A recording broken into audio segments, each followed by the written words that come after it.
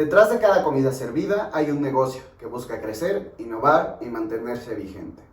CMR, una compañía de cadena de restaurantes de las más importantes de nuestro país, que actualmente enfrenta un mercado altamente competitivo y clientes cada vez más exigentes. Analizaremos el valor de la empresa calculado mediante flujos descontados y valuación relativa. CMR es una compañía de capital mexicano que opera 134 restaurantes propios y 109 franquicias distribuidas a lo largo de toda la República Mexicana y 6 países más. Tienen un poderoso portafolio con marcas altamente competitivas que ofrecen diferentes propuestas gastronómicas del modelo de negocio Casual Dining. Además, operan en Bolsa Mexicana desde el año 1997 bajo la clave CMRB. El ticket promedio contempla el comportamiento operativo real. Nos dedicamos a buscar los menús de cada una de las marcas, en donde contemplamos el plato fuerte, una bebida y la porción de un postre o entrada. Con cada marca sabíamos la participación de las 134 unidades. Por ejemplo, con Chili's, tiene un ticket promedio de 322 y lo multiplicamos por su participación de 42.5% en las unidades.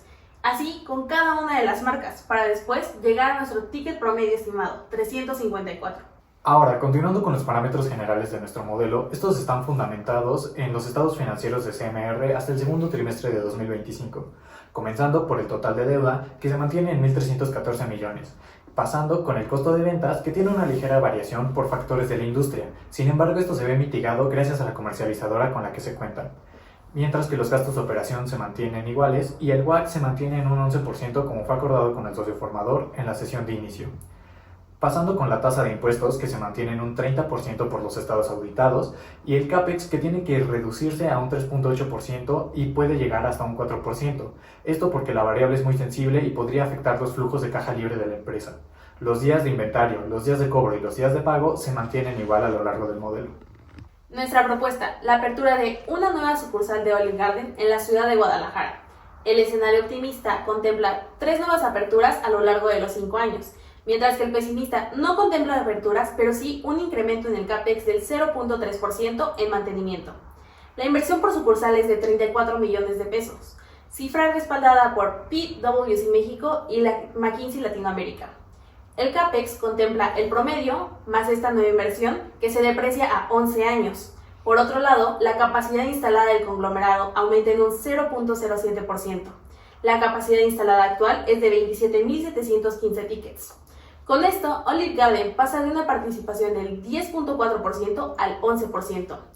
Esta nueva sucursal garantiza una penetración en el segmento Casual Dining Premium. A continuación tenemos este gráfico de cascada que nos explica cómo se están comportando los flujos a través de los años. Tenemos una utilidad antes de impuestos de 83 millones, seguida de una tasa impositiva del 30%, por lo cual tenemos que restarle 25 millones y nos quedamos con un NOPAT de 58 millones. Una depreciación y amortización de 180 millones, unos impuestos diferidos de 9 millones, los cuales modelamos a través de un promedio histórico de los últimos 4 años que representan el 0.21 sobre las ventas. Luego unos 18 millones en cambios al capital y un CAPEX de 142 millones para así quedar con un flujo libre de 87 millones. Luego nuestro cálculo del valor terminal.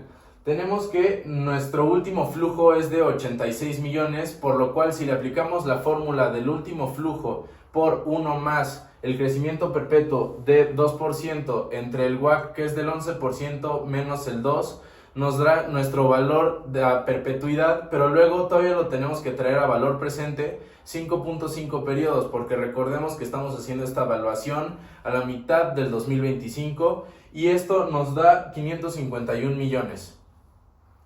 Contamos con 548 millones de acciones en circulación de la serie B. A continuación están nuestros 3 diferentes escenarios. En el escenario pesimista nosotros valuamos a CMR en 753 millones, en el base en 954 y en el optimista en 976 millones. Por lo cual nos dan unos valores de acciones de 1.37, 1.74 y 1.78. El mercado estaba evaluando a CMR en ese momento en 1.85, por lo cual, según nuestra lectura, está sobrevaluada. Ahora, asumiendo que los factores de la empresa no pueden mantenerse estáticos, lo que nosotros hicimos fue realizar un análisis de sensibilidad. Primeramente comparando el WACC con un crecimiento perpetuo. Asumiendo un crecimiento perpetuo del 0%, el precio de la acción sería de unos 54. Considerando el WACC del 11% ya estipulado. Lo que nosotros hicimos fue considerar un crecimiento del 2%, ya que el Fondo Monetario Internacional menciona que México crecerá entre un 1.8% y un 2.2%, lo que nos da un precio de acción de 1.74. Nuestra segunda tabla lo que compara es un valor terminal con el crecimiento perpetuo mencionado. La diferencia aquí es que el valor terminal tiene cambios de 5% entre cada valor. Lo que podemos notar es que el precio de la acción se mantiene estable y no tiene tanta variación en comparación con la tabla del WACC. En esta sección tenemos la evaluación relativa de CMR. Lo que hicimos fue adentrarnos en Capital IQ y Bloomberg para buscar un comparable. Sin embargo, como lo mencionó el socio informador, no existe ningún comparable directo por la naturaleza de la empresa. Entonces lo que hicimos fue buscar un grupo. En restaurantes, franquicias y comercializadora. Tenemos el peso de cada uno respecto a las ventas de 2024, para así promediarlos y sacar un múltiplo. El primero, valor de la empresa sobre ingresos totales de 1.08 y el segundo, valor de la empresa sobre utilidad antes de impuestos de 6.63.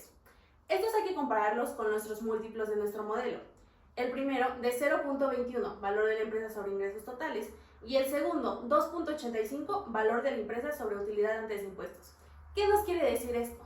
Que la empresa aún tiene un descuento considerable frente a sus pares internacionales. En conclusión, al cierre del segundo trimestre del año 2025, nuestro modelo indica que la acción CMR está sobrevalorada respecto a su valor intrínseco. La evaluación base estimó un precio teórico de 1.74 pesos por acción, reflejando esa sobrevaloración en un 6.3%. El día 17 de octubre del presente año, la acción cotiza en 1.60 pesos, confirmando la precisión de nuestro análisis y la reversión esperada en el mercado. No se recomienda una posición de compra para CMR hasta que ésta mejore sus márgenes y su eficiencia operativa. En definitiva, nuestro análisis confirma que una evaluación bien estructurada no solo es un número, sino también la capacidad real que tiene CMR para la creación de valor a través del tiempo. En esta sección podemos ver parte del Excel en el que se basa toda nuestra presentación, donde incluye las cuentas más relevantes y los supuestos financieros principales. Todos los escenarios comparten los mismos parámetros, un WACC del 11%, un crecimiento perpetuo del 2% y un ISR del 30%, variando únicamente en su desempeño operativo. En el escenario base observamos un crecimiento promedio en ventas de 4.2%, impulsado por incrementos en ticket promedio. El incremento en capacidad instalada se refleja hasta el 2030 y el costo de ventas se mantiene estable con ligeros aumentos asociados al precio de las materias primas. El CAPEX permanece en 3.8%, aunque en 2029 se proyecta un incremento de 34 millones de pesos debido a la apertura de una nueva sucursal de Olive Garden. En el primer gráfico se muestra un análisis de cascada del flujo libre de efectivo en 2030, que permite ver cómo todas nuestras cuentas afectan el flujo final. En el segundo gráfico se observa el comportamiento de los flujos entre el 2025 y 2030. Existe una ligera caída en 2029 debido a un aumento en la inversión, pero se recupera hacia el cierre del periodo. Y en la tercera gráfica se aprecia cómo los costos y gastos operativos se mantienen relativamente constantes, mientras que el crecimiento en ventas disminuye levemente conforme avanza el horizonte de proyección, lo que hace más difícil estimar el crecimiento a largo plazo y justifica el uso del valor terminal.